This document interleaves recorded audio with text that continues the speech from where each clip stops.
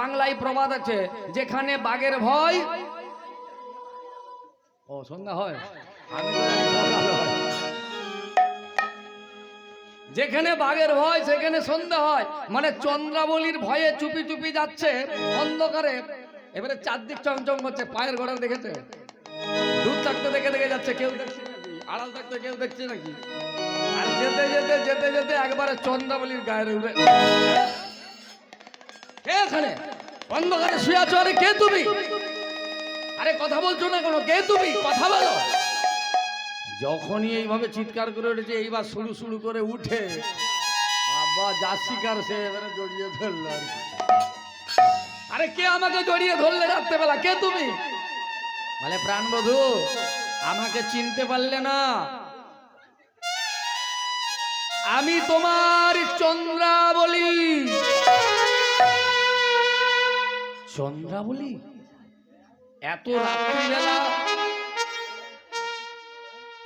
এত রাত্রিবেলা তুমি এই পথের মধ্যে শুয়ে আছো কেন? কি হয়েছে তোমার? রাত্রেবেলা ঘরে নেই, ঘরে জায়গা নেই, এই রাস্তায় শুয়ে আছো, কিসের জন্য শুয়ে আছো? তখন চন্দ্রাবলী শ্যামসুন্দরকে জড়িয়ে ধরে বলছে, প্রাণবধূ হে, ও হে প্রাণবধূ,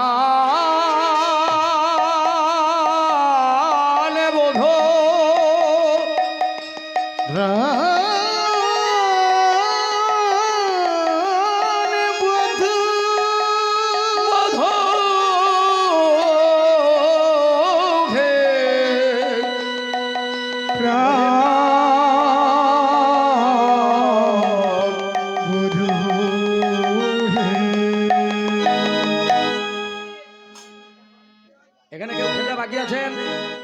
কেউ খেতে বাকি আছে? এখানে কেউ খেতে বাকি আছে?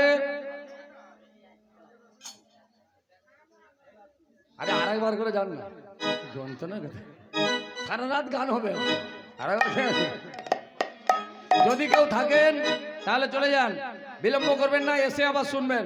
আমি ভালো জায়গাটা রেখে দেবো, পরে বলবো, আবার রিপ্লে করে দেবো। তাহলে যদি খেতে জায়গা থাকে চলে যান। তবে আমার মনে হয় যা পালা শুরু করেছি আজকালকে উঠবে এখান থেকে। বাবা কীর্তনের রস, কীর্তনের রস আছে। এবার যে কান্দেন, তাই আজ আমার চন্দ্রাবলী শ্যামসুন্দরকে জড়িয়ে ধরেছেন। ও হে প্রাণবধূ, তুমি নীতি নীতি আমার বাড়ির সামনে দিয়ে রাধারে ঘরে চলে যাও, চলে যাও। কেন? আমি কি দেখতে খারাপ? আমি দেখতে খারাপ না? একটু রোগা, একটু লম্বা, আমি দেখতে খারাপ? তুমি আমাকে বাদ দিয়ে প্রত্যেকদিন চলে যাও ওই রাধার ঘরে। আজকে আমি তোমাকে নিয়ে যাব আমার ঘরে। এইবার বিপদে পড়ে গেছে তো শ্যামসুন্দর, মনে মনে ভাবছে সেখানে রাধাকে কথা দিয়ে আছে। রাধা তো এতক্ষণ সাজে গুজে নিয়ে নিজেও সেজে গুজে একেবারে গোটা ঠোঁটে নখ পালিশ মেখে বসে।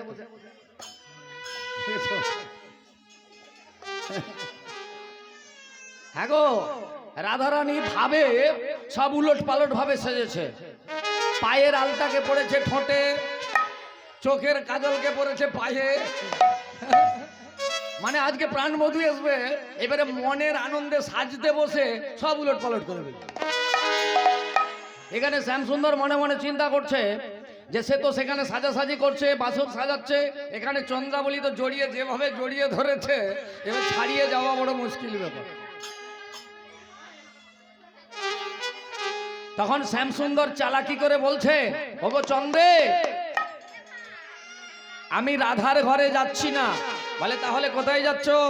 বলে আমার একটা বিশেষ কাজ আছে, কাজের জন্য যাচ্ছি, আমাকে আজকে ছেড়ে দাও, ছেড়ে দাও।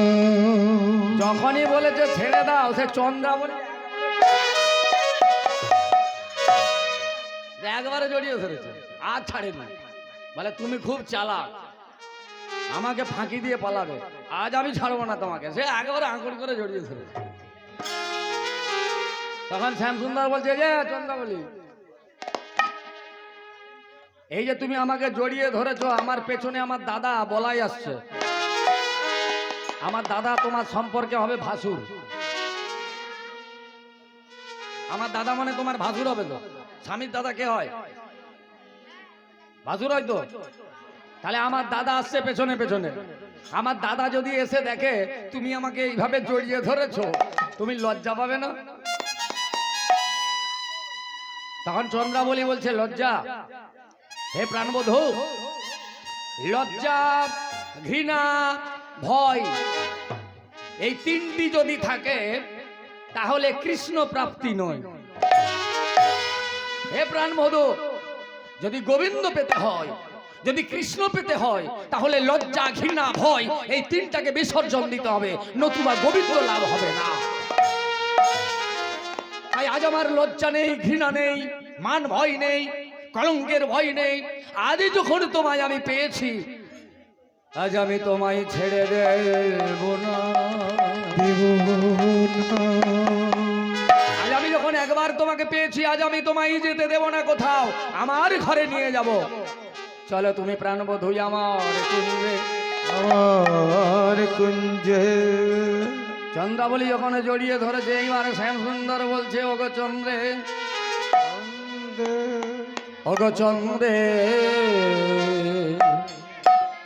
ছাড়িয়া দে মোরে, চন্দ্রে, ছাড়িয়া দে মোরে, চন্দ্রে, ছাড়িয়া দে মোরে, চন্দ্রে, ছাড়িয়া দে মোরে। ওগো তুমি যে আমার, আমি যে তোমার, তুমি যে আমার, আমি যে চন্দ্রে, তুমি যে আমার, আমি যে তোমার, তুমি যে আমার, আমি যে তোমার। বলে বিবাদ কিসের আছে, তুমি যে আমার, আমি যে তোমার। বিবাদ রাম কিছে বলে লোক জানা জানি কেন করো ধরি, লোক জানো মোদের প্রীতি ভাঙিবে দুঃখে, প্রীতি ভাঙিবে দুঃখে, ছাড়িয়া দে মোরে, ছাড়িয়া দে মোরে, চন্দ্রে, ছাড়িয়া দে মোরে। চন্দ্রে, তুমি আমার, আমি তোমার, এতে আর অত অশান্তির কি আছে? তুমি যেভাবে রাত্রেবেলা জড়িয়ে ধরেছো, এবার পাড়ার লোক ছুটে আসবে, দেখে একটা লোক লজ্জা হবে, একটা শুধু শুধু দুর্নাম হবে। যদি স্বামী স্ত্রীতেও একসঙ্গে কোথাও মেলা যায়, স্বামী স্ত্রীতে যদি কোথাও ঘুরতে যাই, যতই আমার স্বামী স্ত্রী হই আমরা কেন, রাস্তায় বেরিয়ে কারো সাথে, মানে নিজের স্ত্রীর সাথেও কোনো খারাপ ব্যবহার করতে পারবো না। এটা সামাজিক নিয়ম আছে। নিজের স্ত্রী হলো তাহলে পাবলিকেই ধরে খুঁজিয়ে দেবে, মেরে দেবে, যা কথা। হ্যাঁ, এটা যে কোনো জিনিসের সিস্টেম আছে। তাই চন্দ্রাবলী, তুমি আমার, আমি তোমার, এটা ঠিক, কিন্তু তথাপি এই রাত্রিবেলা যে তুমি এইভাবে জড়িয়ে ধরেছো, একটা চব্বচাটি হবে, লোক জানাজানি হবে, এতে কি হবে? আমাদের দুজনের যে প্রেম প্রীতিটা আছে, এটা ধীরে ধীরে ধীরে ধীরে নষ্ট হবে। তাই শোনো, আমি বিশেষ কাজে যাচ্ছি, আজকে আমাকে ছেড়ে দাও, আমি কথা দিয়ে যাচ্ছি তোমাকে। বলে কি কথা? বলে কাল আসি হাম পুরাইব কাম, কালাচি পুরাই ওগো কাল আসি হাম পুরাইব কাম, আসি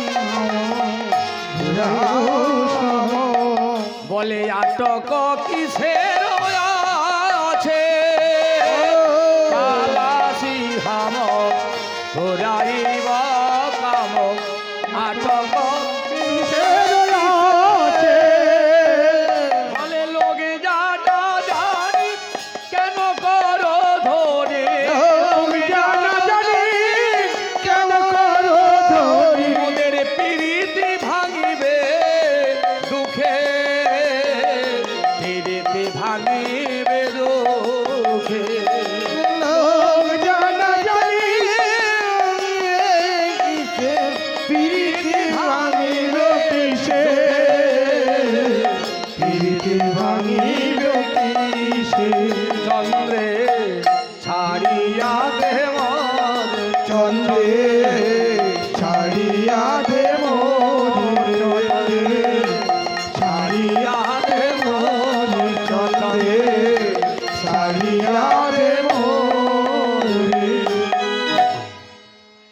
বলে কাল আসি আমো পুরাইব কাম।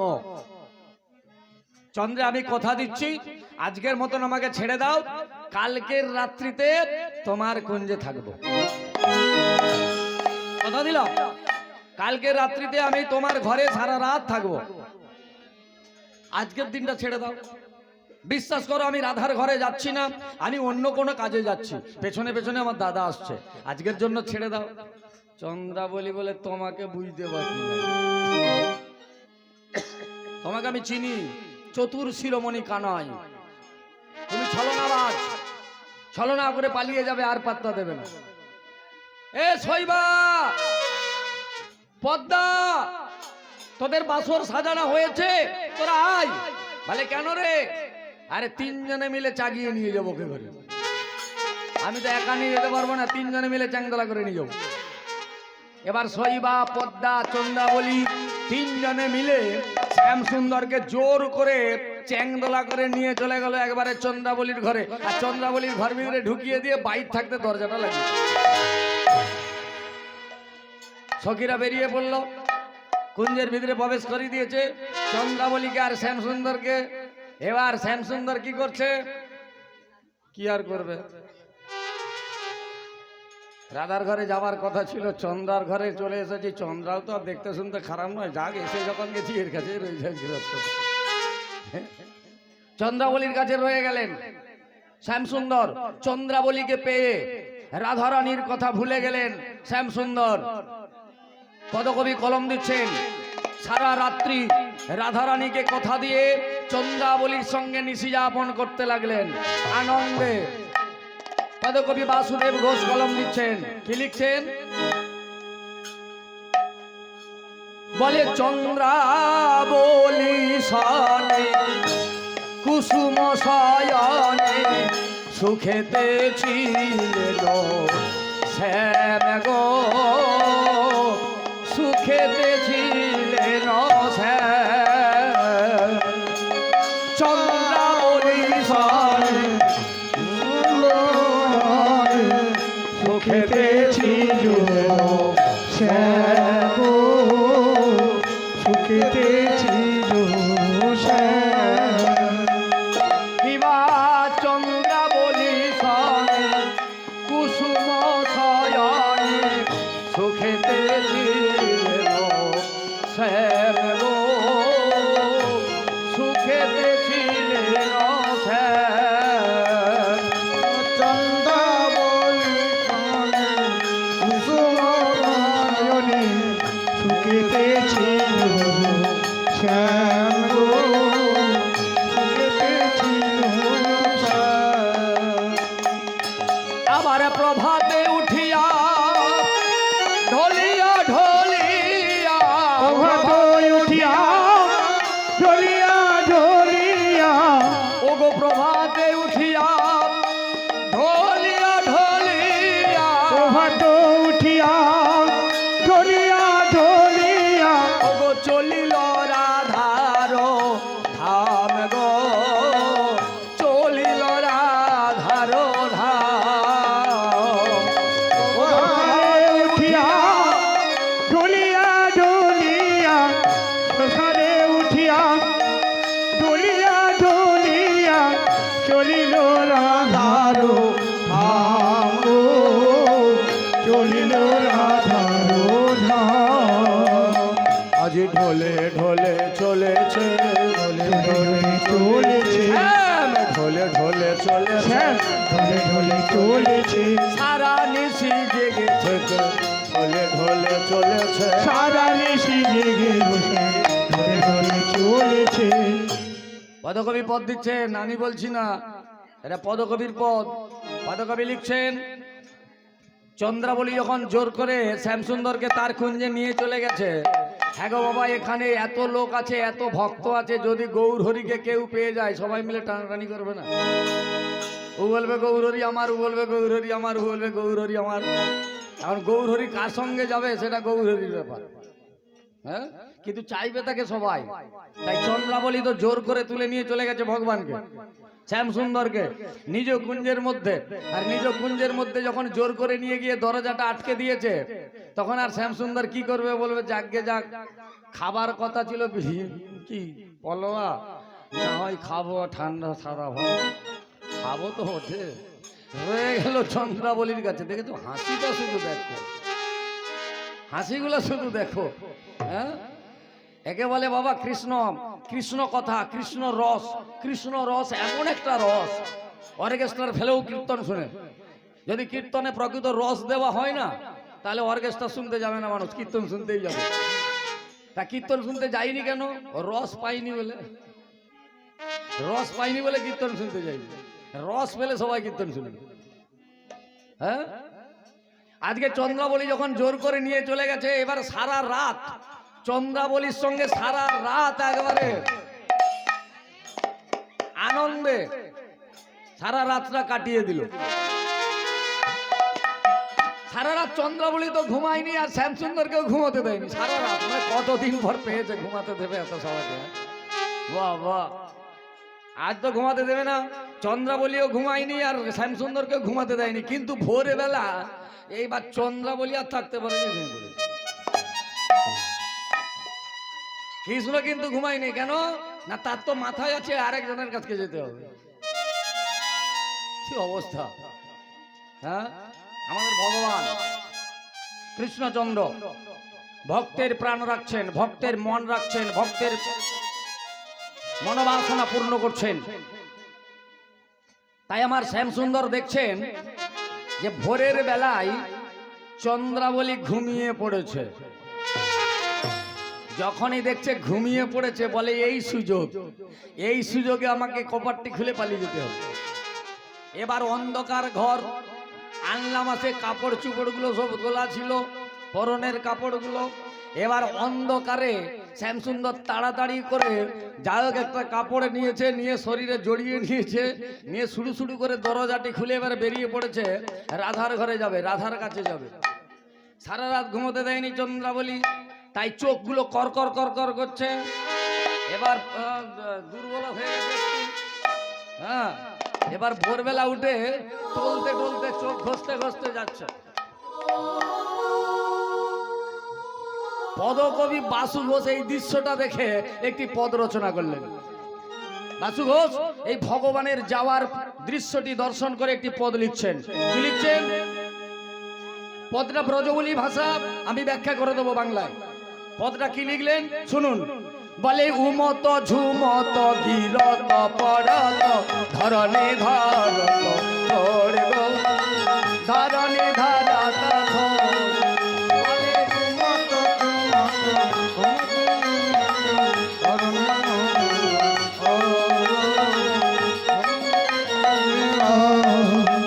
আবার মদন মূরতি উপজিল রতি, মদন মূরতি উপজিল রতি, মদন মূরতি উপজিল রতি, মদন মূরতি উপজিল রতি। দেখো সোনার কমলে জোরে গো, সোনার কমলে জোর। আবার মদন মূরতি কমল ধরি গো, সোনার কমল ধরি। ঢোলে ঢোলে পড়ে যায়, ঢোলে ঢোলে চলে যায়, ঢোলে ঢোলে পড়ে যায়, ঢোলে ঢোলে চলে যায়। বলে চোখ ঘষে চলে যায়, বলে চোখ ঘষে চোখ ঘষে ঢোলে ঢোলে চলে যায়। প্রেমানন্দে হরি বলো ঘষে ঘষে চলেছে, প্রেমানন্দে হরি বলো চোখ ঘষে, প্রেমানন্দে হরি বলো চোখ ঘষে চলে যায়। পদকবি পদ দিলেন, কি বললেন? বলে উমত মানে উঠছে, ঝুমত মানে ঝুমছে, গিরত মানে পড়ত, ধরণী ধরত থোড় মানে দেখবেন আমাদের এখানে, আপনাদের এখানে নয়, আমার গ্রামে একজন খুব নেশা করে, নেশা করে সে তার কোনো মতে উঠতে পারছে না, হাতে ভর্তি উঠবে, মাটিতে ভর্তি উঠবে কিন্তু সে উঠতে পারছে না, তবু মাটিতে দাঁড়াবার শক্তি নেই, তবু মাটিতে ভর দিয়ে উঠার চেষ্টা করছে। বুঝতে পেরেছেন? পদকবি আজ বলছেন যে শ্যামসুন্দর আমার ওই মাতালের ন্যায় হয়ে গেছে। আরে মাতাল তো হবেই, একটা সুন্দরীর কাছ থাকতে বেরিয়ে আর একটা সুন্দরীর কাছে গেছে, মাতাল হবে না? এরা পুরো মাতাল হয়ে গেছে। তাই পদকবি কলম দিচ্ছেন উমত ঝুমত গিরত পড়ত ধরণী ধরত থর মদন মূরতি উপজিল রতি সোনার কমলে জোর।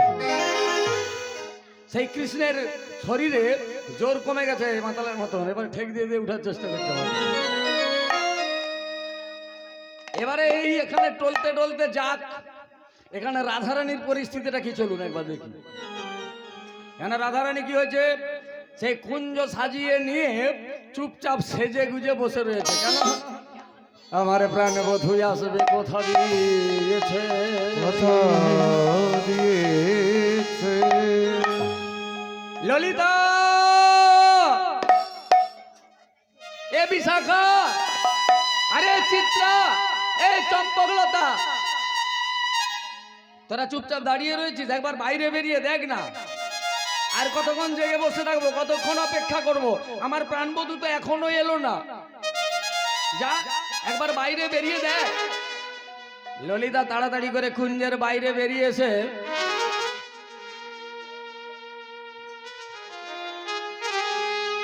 কাউকে তো দেখতে পাচ্ছি না, কেউ তো আসছে না। ফিরে গিয়ে বলছে, ও রাধে, কি তোর প্রাণবধূ তো আসেনি? ঠিক বলছিস, আসবে বলে কথা দিয়েছিল। হ্যাঁ রে ললিতা। ওরে সখী, আমার প্রাণবধূ মুরলী ধ্বনি করে আমায় এই কথা দিয়েছিল, কথা দিয়েছিল। ওরে সখী, আজ আমার প্রাণবধূ আসবে, কথা দিয়েছে, তোরা বিশ্বাস কর। তাহলে আসছে না কেন? রাধারানী কাঁদতে কাঁদতে বলছে, যদি আমার কালা চাঁদ নাহি এলো, নাহি এলো, আমার এই দেহ যৌবন পরশ রতনে কাচের সমান ভেল, এলো। কালা চাঁদ আমার কথা দিয়ে যদি নাহি এলো, নাহি এলো। রাধারানী আমার কৃষ্ণ বিরহে কাঁদতে কাঁদতে বলছে, বাবা কৃষ্ণ যদি না থাকে বাঁচতে পারবেন কেউ? কৃষ্ণ যদি না থাকে বাঁচতে কেউ পারবেন? এই মুহূর্তে যদি কৃষ্ণ আমাকে ছেড়ে চলে যায়, আমি বাঁচবো? আমার কাছ থাকতে কৃষ্ণ আমাকে ছেড়ে চলে যাবার সাথে সাথে আমার আরেকটা নাম হয়ে যাবে, সেটা হচ্ছে তখন হরে কৃষ্ণ বলবে না, আর রাধা গোবিন্দ বলবে না। গোবিন্দ যেই দিন আমাকে ছেড়ে চলে যাবে সেদিন একটা নতুন নাম হবে, বল্লহরি বল্লহরি। হ্যাঁ, এই নামটা কখন হবে? যখন ওই গোবিন্দ আমাকে ছেড়ে চলে যাবে। আর গোবিন্দকে ছেড়ে আমরা কেউ বাঁচতে পারবো না। রাধারানী অঝোর ধারায় কাঁদছে, গোবিন্দ আসবে বলে কথা দিয়ে আসেনি। তাই কাঁদতে কাঁদতে ললিতাকে বলছে, ওরে ললিতা, কি বা পুন কহেরাই আমার বন্ধু না পশাল, আমার মরমে বাড়ল ব্যথা, পুন কহেরাই বন্ধু না পশাল, মরমে বাড়ল ব্যথা। ওরে সখী, পুন কহেরাই বন্ধু না পশাল, মরমে বাড়ল ব্যথা। আর পুরা করো বন্ধু না দেখালো মরণের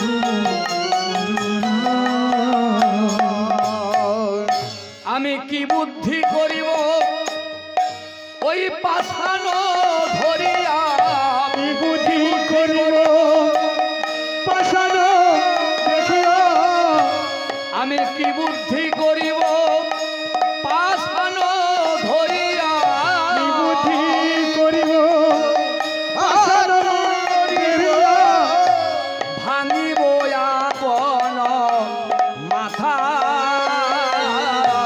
ভাঙিব আপন মাথা।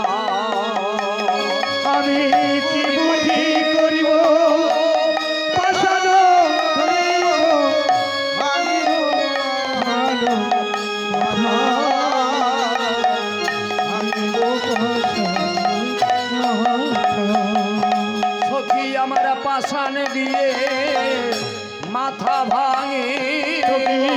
পাষাণ দিয়ে মাথা ভাঙিব ওরে বিশাখা পাষাণ দিয়ে মাথা ভাঙিব পাষাণ দিয়ে মাথা ভাঙিব যদি শ্যাম সুন্দর আমার নাহি আসে পাষাণ দিয়ে মাথা ভাঙিব যদি কালা চাঁদ আমার নাহি এলো পাষাণ দিয়ে মাথা ভাঙিব যদি প্রাণবধূ আমার নাহি এলো পাষাণ দিয়ে মাথা ভাঙিব যদি প্রাণবধূ নাহি এলো পাষাণ দিয়ে মাথা ভাঙিব একবার প্রেমানন্দে হরি বলো পাষাণ দিয়ে মাথা ভাঙিব প্রেমানন্দে হরি বলো পাষাণ দিয়ে মাথা ভাঙিব জয় নিতাই। আয়ুদ্রকার রজনী নিশীতে লক্ষ্মীপুর রুইদাসপাড়া গ্রামে আমাদের যে রাধা রানীর মানমোহনজন পালাটি হচ্ছে, তাতে প্রশান্ত বাবুর গানে মুগ্ধ হইয়া ভৈরবপুর শিবু রুইদাস, বেলডিয়া,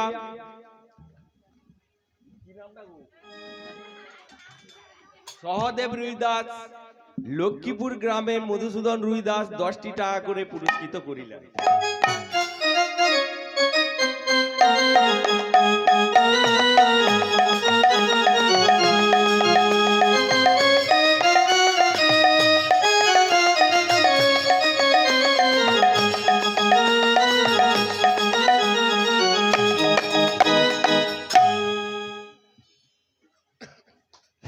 আমি মরছি, আমার প্রাণবধূ আসেনি, আমার পয়সা দিয়ে সান্ত্বনা করছে, বলেন আয়ের সাথে কি হবে?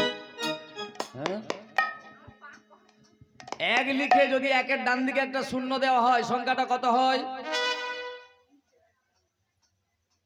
একের ডান দিকে শূন্য, সংখ্যাটা কত? কি গো, পড়াশোনা করছো তো, বলো কত? একের পিঠে শূন্য। ভয় পাচ্ছে? আমি বাঘ নাকি? একের পিঠে শূন্য 10, 10-এর ডান দিকে শূন্য দিলে কত হয়? ফাটাফাট বলো। 100, 100-র ডান দিকে শূন্য দিলে 1000, 1000-এর ডান দিকে শূন্য দিলে অযুত, অযুতের ডান দিকে শূন্য দিলে লক্ষ, লক্ষর ডান দিকে শূন্য দিলে নিযুত, নিযুতের ডান দিকে শূন্য দিলে কোটি, কোটির ডান দিকে শূন্য দিলে এবার থেমে যাবে অর্বুদ, এক অর্বুদ। আর দূরকে যাওয়ার দরকার নাই, কোটিতে থাকো। এবার 1 কোটি লেখার পর যদি একটাকে মুছে দেওয়া হয়, দিয়ে কত থাকবে? কি অবস্থা রে? 1 কোটি একটা মুছে দিলে সব শূন্য, ওগুলো আর কোনো সংখ্যা নয়, ওটাকে আর সংখ্যা ধরা হয় না। তাহলে একমেব ন দ্বিতীয়ম কৃষ্ণস্তু স্বয়ং ভগবান, উনি হলেন এক, বাকিগুলো আমরা সবাই যে বসে আছি এক একটি শূন্য। আমাদের কোনো মূল্য নাই। কতদিন মূল্য? যতদিন গোবিন্দ আছে ততদিন মূল্য। আর গোবিন্দ যেই দিন থাকবে না, সেই দিন আমরা ওই শূন্যর মতন ফাঁকা হয়ে যাবো। যতদিন গোবিন্দ থাকবে ততদিন আমার আমার আমার আমার আমার আমার, আর গোবিন্দ পালিয়ে গেলে সব ফাঁকা খামার। হ্যাঁ, একেবারে খামার। ধান তুলো না, কত তুলবে? আমাদের এই যে মানব দেহটা দেখছেন, খুব মন দিয়ে শুনুন। এই যে মানব দেহটা, এই মানব দেহটাকে একটা জলাশয়ের সঙ্গে তুলনা করেছেন পদকবি। আমাদের এই মানব দেহটা একটা জলাশয়। তাহলে জলাশয়ে যদি জল থাকে পরিপূর্ণ, তাতে কি হবে? জলে অনেক মাছ থাকবে, অনেক পাখিরা আসবে সেই মাছ খাওয়ার জন্য। আসবে না? আসবে তো। আর জলাশয় যদি শুকিয়ে ফেটে যায় কি হবে? শিয়াল ঢুকে বসে থাকবে গাছে। শাস্ত্রকার বললেন এই মানব দেহটা হচ্ছে জলাশয়, মানে রূপ যৌবন যতদিন ততদিন তোমার দাম। আর যখন রূপ যৌবন চলে যাবে কেউ ঘুরেও তাকাবে না। খুব সাবধান। অতএব এর অহংকার কখনো করো না। এই রূপ যৌবনের অহংকার করতে নেই। রূপ যৌবন নিশির স্বপন, এই আছে এই নেই। ভগবান দিয়েছে, আবার কোন মুহূর্তে কেড়ে নেবে আপনিও জানতে পারবেন না। অতএব এর কখনো অহংকার করবেন না। আর রাধারানী অঝোর ধারায় কাঁদছে, কাঁদতে কাঁদতে বলছে, ওরে ললিতা, আমার প্রাণবধূ আসবে বলে কথা দিয়ে যখন এলো না, আমি কি করব জানিস? বলে কি করব? আমি পাছানে দিয়ে মাথা ভেঙে দেব, ভেঙে দেব। আমি ওই পাছানে মাথা ঘুরে ঘুরে মাথা ভেঙে দেব, ফাটিয়ে দেব। যার জন্য আমি সাজালাম দেহটিকে, সে যদি না আসে তাহলে কিসের জন্য এত কিছু সাজবে? অজর ধারায় কাঁদছে, কেঁদে কেঁদে বলছে, ওরে ওরে ললিতা, ওরে বিশাখা, আজকে যদি আমার প্রাণবধূ না আসে, আমি প্রতিজ্ঞা করলাম আজকের পর থেকে আমি আর ওই কালো বরণ হেরব না।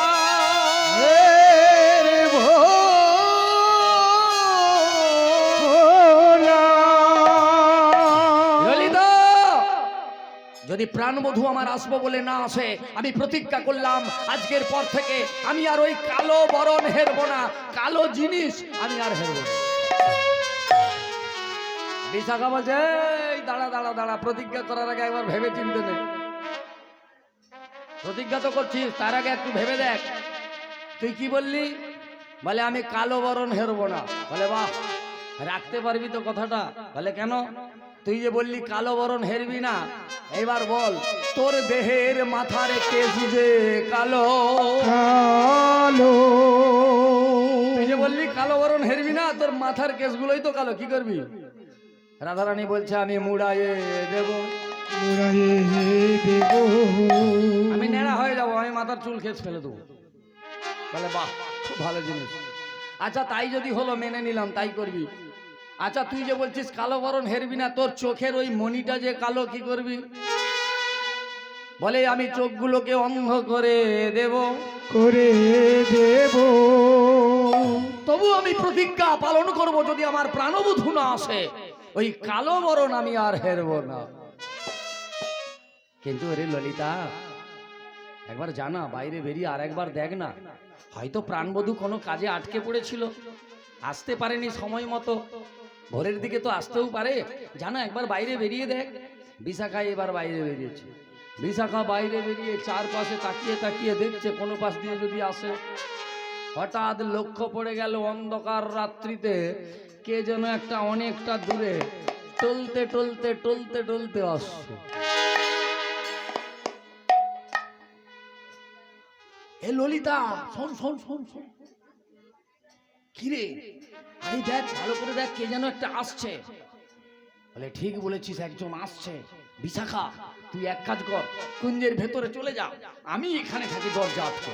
যদি শ্যামসুন্দর হয় তাকে ঘরের মধ্যে ঢুকতে দেব না, যদি প্রাণবধূ হয় তাহলে ওই কুঞ্জের ভেতরে যেতে দেব না। ললিতা রইল দাঁড়িয়ে দরজায়। এবার আমার শ্যামসুন্দর চোখ ঘষতে ঘষতে সেই টলতে টলতে আসতে, ঘুম তো তখনও কাটেনি, গোটা গায়ে তো তার একেবারে নানা রকম চিহ্ন উঠে গেছে। বড় মুশকিল ব্যাপার, অন্ধকারে তো টলতে টলতে এসে হাজির হয়েছে, দরজা গড়াই এসে হাজির হয়েছে।